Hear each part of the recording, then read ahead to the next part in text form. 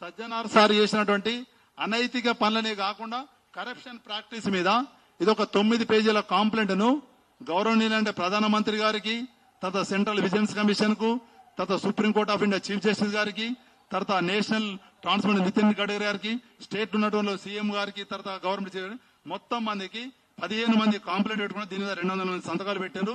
ఒక కాపీని లోకాయుక్త కూడా ఇచ్చి ఆ సజ్జనార్ సార్ మామూలు ఏ విధంగా అయితే ఎంక్వైరీ చేసి మమ్మల్ని రిమూవ్ చేసిండో సజ్జనార్ సార్ ఎంక్వైరీ కావాలని చెప్పి ఈ కాపీని ఏంటంటే మిమ్మల్ని లోకాయుక్తలో మిగతా వాళ్ళందరికీ రిజిస్టర్ పోస్ట్ చేయడం జరిగింది. దయచేసి ఈ కాపీ కూడా మీకు కూడా ఇస్తున్నా. దీనిలో మొత్తం కాంటెంట్స్ అయినా రాశాను. చిన్న పొరపాటులకు మా ఉద్యోగాలను తీసేసి మీరు పెద్ద పెద్ద స్కామ్లు చేస్తున్నారు సంజయ్ గారు సార్. సార్ పిల్లలు తప్పు చేస్తే తండ్రి వాళ్ళకి ఆ తప్పు క్షమించమని చెప్తారు సార్.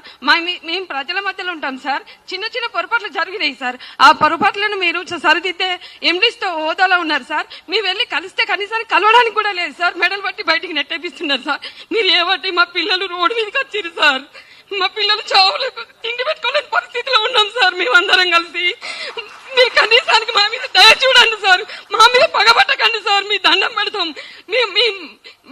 ఇసుక మీద బ్రహ్మాస్త్రం లాగా మీ ప్రతాపం మా మీద చెప్పకండి సార్.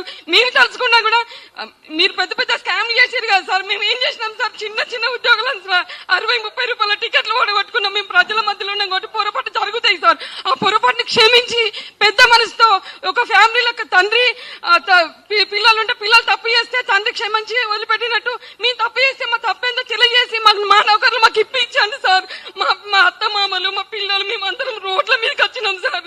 కనీసం జాబ్ చేస్తారని ఇక్కడ అప్పులు కూడా పుట్టకుండా మేము మా పిల్లల్ని చాలుకోవడానికి బాగా కష్టం అవుతుంది సార్.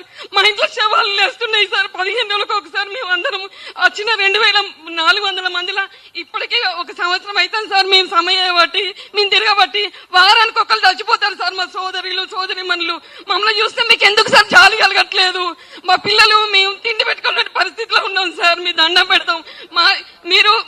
మేము అక్కడ దాకా వచ్చి బస్ భవన్కి వచ్చి కలవం అంటే కలవనిస్తలేదు సార్.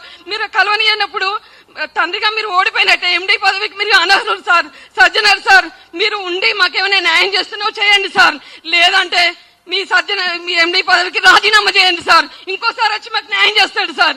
మీరు అక్కడ ఉండి మా మీద ఎందుకు సార్ మీ ప్రతాపం చూపిస్తారు సార్? మేము ఎక్కడికి వెళ్ళినా పోలీసు వాళ్ళని పంపించడం ఏంది సార్? మేము హత్యలు చేసినావా సార్? మా పిల్లలకు ఒక ముద్ద అన్నం పెట్టుకోవడానికి సార్ మేము ఎంత పోరాటం చేస్తున్నాం.